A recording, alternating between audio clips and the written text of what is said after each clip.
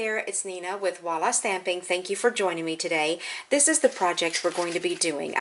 I have a couple different options here. This one I did with my sweet little Tucker man in mind because red and black is his favorite color, and I thought that this might be a neat way to send him a little something in the mail during his first year away at college. So on this one I've used cherry cobbler, and I've used also the cherry cobbler to stamp the sentiment. I've put a couple of our little ornaments on there, a couple of silver foil little frillies right here, and use the black shimmer ribbon as well as the black and white striped ribbon. And this designer series paper is called Merry Little Christmas. Now the one I'm going to be showing you how to make today is actually going to be this one.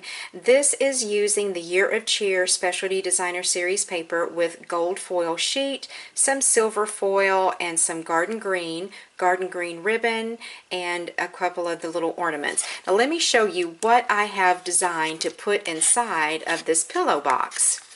I've got a little ribbon on the end of it, and when you pull it out, I've made a little holder for a chapstick. Now you don't have to use this inside, but you can if you want to give someone a lip balm or a chapstick or something like that as a little gift. And so I created this box especially to fit a chapstick. I'll be going ahead and showing you how to make this in case that you're interested in having that inside of your box, and if not, then of course just leave that part out. I do have a kit. It's got everything in here you need to create this project. I've already done the scoring and the cutting on the pillow box, so you'll just have to assemble, stamp, and put it all together. To be entered to win, all you have to do is go over to my blog at wallastamping.com, find the post for this project, leave a comment, and your name will be entered to win. So let's put these aside and go ahead and get started on this project. Now this is, like I said, the Year of Cheer Designer Series paper. This piece is cut to 6 by 6.5. Then I have a piece of gold foil sheet. This is 9 1/8 by 2 3/4. I have a piece of garden green and a piece of silver glimmer paper. These are approximately 2.5 by 3.5, just a piece big enough to cut and or stamp and cut out your sentiment. Then I've got a couple of smaller pieces of silver foil, and we're going to be cutting these little frillies out with that. Now for the chapstick holder, I'm out of Whisper White. That is what I would use with this paper. So I'm just going to use Very Vanilla today just to show you how to create this. But definitely I would use Whisper White since that's what this background is. Now there's a couple of pieces here. One of these is cut to 3 3/4 by 2 7/8, and the other one is cut to 2 7/8 by 4 3/8. So let's move this aside. I'm going to grab my Simply Scored scoring tool, and it's got glitter all over it, so y'all just don't pay any attention. I'm going to put my Year of Cheer Designer Series paper in here on the 6.5 inch side, and there's only two scores you need to remember: 3 inches and 6 inches. I'll have all of the measurements as well as the instructions and a list of the supplies you'll need to make this in the PDF over on my blog, and there will also be a list of supplies listed in the description box that's below this video. So you don't really have to worry about writing all the measurements down right now because I will provide those for you. Now the next thing I'm going to do is go ahead and get my fold lines burnished with my bone folder. Then I'm going to just lay this out flat just like this. I'm going to take a ruler and I'm going to turn my paper so that the score marks that I made are now running horizontal. Now this ruler that I have has measurements going across it this way as well as this way.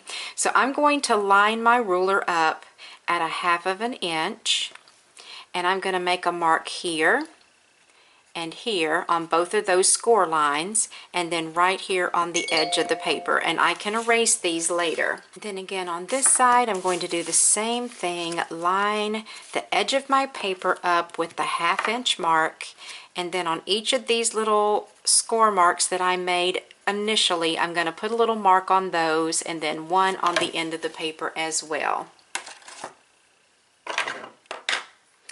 Now what I'm going to do next is I'm going to be using my Layering Ovals framelit dies, and for this part I'm going to use the largest oval.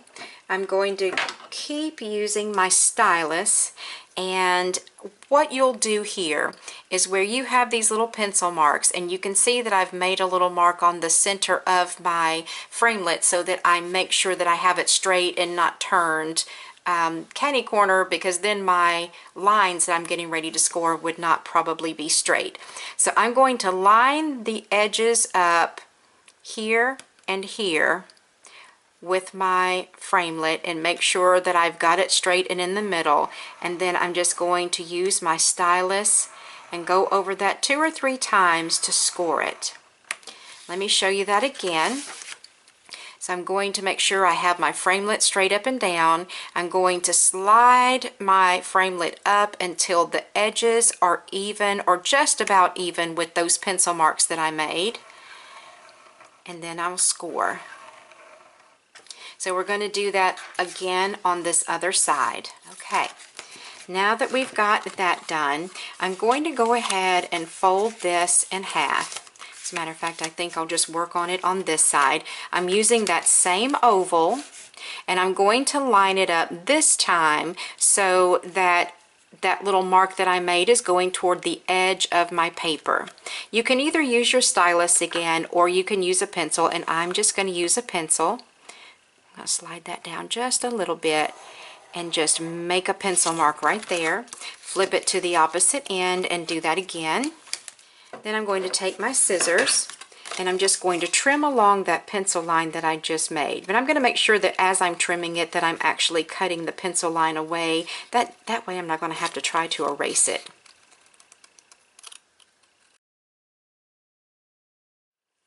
So when you get done with that, what I would do, I think it's easier at this point to go ahead and start folding your paper along those lines that you scored. That way when you have your box closed, it'll be easier to work with. I'm going to use my fast fuse, and I'm going to run a strip all the way down this little tab right here. Then I'm going to fold that in, fold this side over, and stick it down. Now I'm going to take my 1/2 inch circle punch, and if you have a 3/4 inch circle punch, that would be fine to use as well. I'm going to slide that in there like that and just punch 1/2 of a circle out. I'm going to do that on both ends, and I'll show you why I'm doing this here in just a second. So let me go ahead and get these folded in. And the one that you did this little punch on, you're going to want to fold that one in first. And the reason for it is when somebody opens this up, there's a little finger hole there for them to pull that little flap out. So that's the reason that you would want to put that punch there. And I like to take my bone folder and just run it along those edges there and make sure that those folds are nice and sharp. Let's just go ahead and make the little box and the insert for our chapstick. I have the 4 3/8 by 2 7/8 inch piece in here right now, and this is going to form the little box for the insert. We're just going to score at 3/4 of an inch on all 4 sides, so this is pretty straightforward. Set this aside. Now I have my insert piece, which is 3 3/4 by 2 7/8. I have it in the 3 3/4 inch across the ruler at the top of my Simply Scored. We're going to score this at 3/4 of an inch, then at an inch, then at 1 7/8, at 2 3/4, and at 3. Now let's go ahead and get this scored. The score line that you have right here in the middle, or not scored but folded, you're going to fold it in half just like this and get that burnished. So that's going to end up being a valley fold. Then the other 2 score lines, we're going to fold the opposite direction. And do the other side.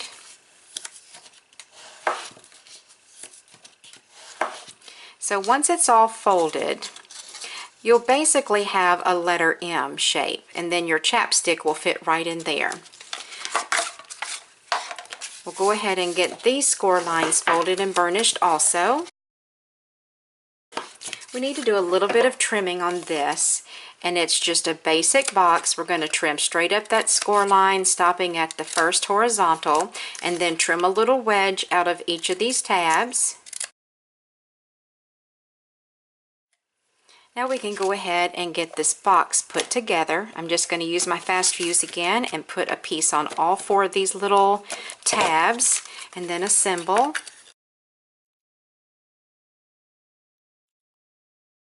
Now for the piece that goes on the inside, I'm going to run a strip of fuse along the outside of each end, and I'll run that right next to that first score line. Then I'm going to stick that down inside and adhere that to the side of the box. Tuck the other side in. Now squeeze it so that this score line ends up coming up so that I can get my fingers in there and push that against the wall of that box. So there is the little chapstick holder all made and ready to go. Let's go ahead and put it inside. Oops, nope, I almost got the cart before the horse. Take your 1/8 of an inch hole punch, and we're going to punch a hole right just about in the center, and mine is definitely not in the center for sure. For this one, instead of using the red ribbon like I did on this one, I think I'm going to use some of this silver tinsel trim. And what I'm going to do here is just cut off a length. That's probably going to be about 8 or 10 inches. And I'm going to tie it into a slip knot. I guess that's what you call this. I think that's what you call it. But I'm going to make sure that I have a little loop left on the end. And then y'all know that I like to use my little bitty crochet hook to thread my ribbon and baker's twine through holes. So I've just stuck my crochet hook in there, grabbing a hold of that ribbon and pulling it through that hole. And then I'm going to go ahead, and I should have done this first, I'm going to go ahead and snip the excess off. Alright, so there you go. And you don't have to put that ribbon in there if you don't like that knot showing.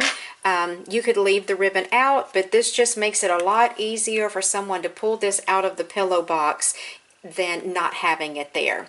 So let's go ahead and put it inside. Fold that back down. Then what we'll do next is go ahead and put our gold foil belly band on our box. So I'm going to lay my gold foil sheet down right next to the edge of my paper. Actually, let's go ahead and get the adhesive on there first. I know that this is the right size and that it's going to fit, so there's really no need in trying to get it bent and then come back and adhere it. Then wrap that around and give that a little pinch on this corner, and then again here.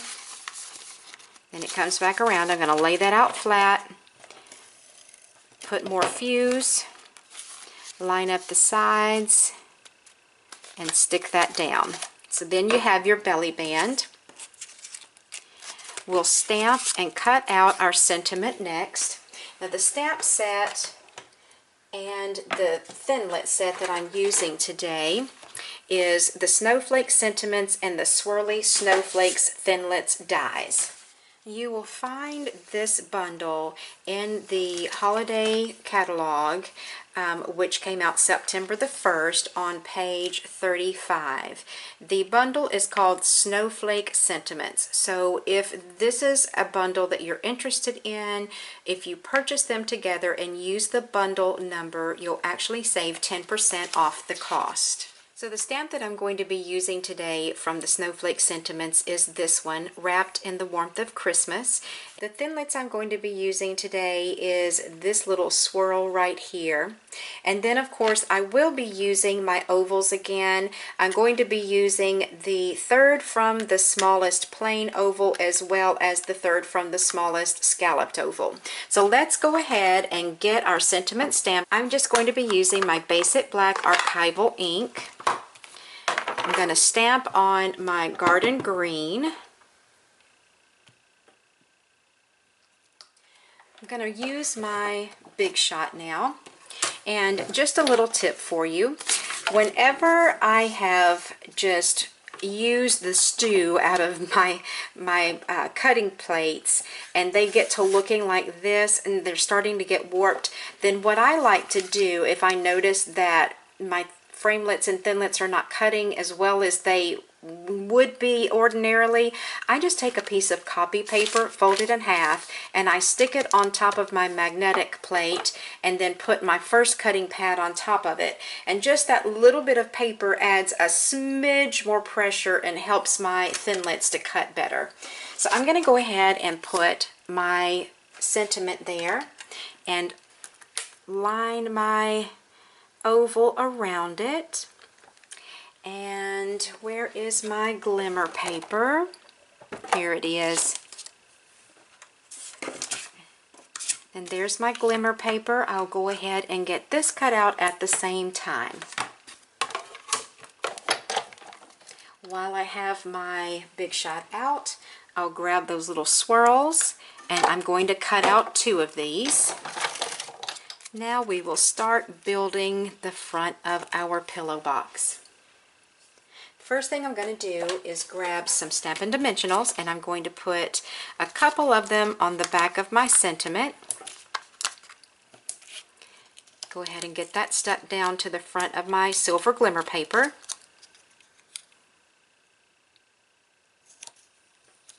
Then I'm going to add a couple more to the back of my glimmer paper before I adhere it to my pillow box. Now I'm going to attach these, and to do that with, I'm going to be using some glue dots. So I'm going to just turn my sentiment over and make sure that I know which end is up. Stamp that or attach that glue dot there. Then I'm just going to stick these into that glue dot and just put one stacked on top of the other, just about like that.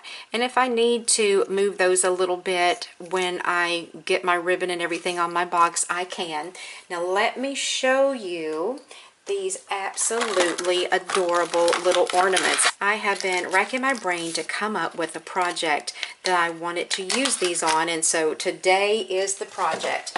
Now you'll be able to find these in the holiday catalog on page 12. They're called Mini Ornaments, and they are so cute. So I'm going to be using 2 of them. 8 comes in a package. Let me pop that one out. Okay, and I've chosen to use garden green ribbon as well as the garden green cardstock on this box today. I didn't want everything to be real monotoned in color, and I just happened to pull this ribbon out of my ribbon drawer and put that on there, and I liked the way that it looked. Now of course you can change the colors up and use something different if you don't like the garden green, but I just really liked the way it looked against this gold foil sheet. So I'm going to wrap that around, and I'm going to tie it in a bow. And I will tell you that it might take you just a minute to get this tied because this pillow box is not flat. So you just have to work with it. Just be patient.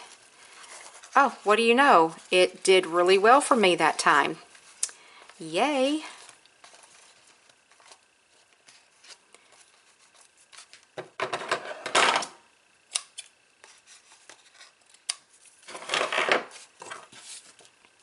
Alright, now to attach my little ornaments, I'm going to be using white baker's twine. So I'm just going to snip off a piece about 10 inches long. This is more than I'm going to need, but I always like to have a little extra so that I can cut off what I don't need instead of fiddling trying to use a piece that's too small.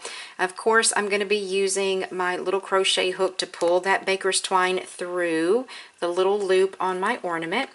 And I'm telling you guys, if y'all do not have one of these little crochet hooks, you've got to run to a little craft store or Walmart or somewhere and get you one of these. It makes doing this kind of thing so much easier. and they're really cheap. I mean, I've had this one for a really long time, but I think when I bought it, I probably paid less than $2 for it, so they're not expensive at all. So what I'm going to do is just lay those little ornaments right there and bring my ribbon or my baker's twine up behind my ribbon. Then I'm going to start to tie this into a knot right there on top, and as I'm tying that, then I will pull those ornaments up good and tight. So I've got that really good and tight there. Then I'm just going to tie it again. Then grab my scissors and snip off those loose ends. Be sure not to cut your other ribbon. There we go. And what's cool about this is that you can slide this up or down wherever you need it to be. So now I'll go ahead and attach my sentiment.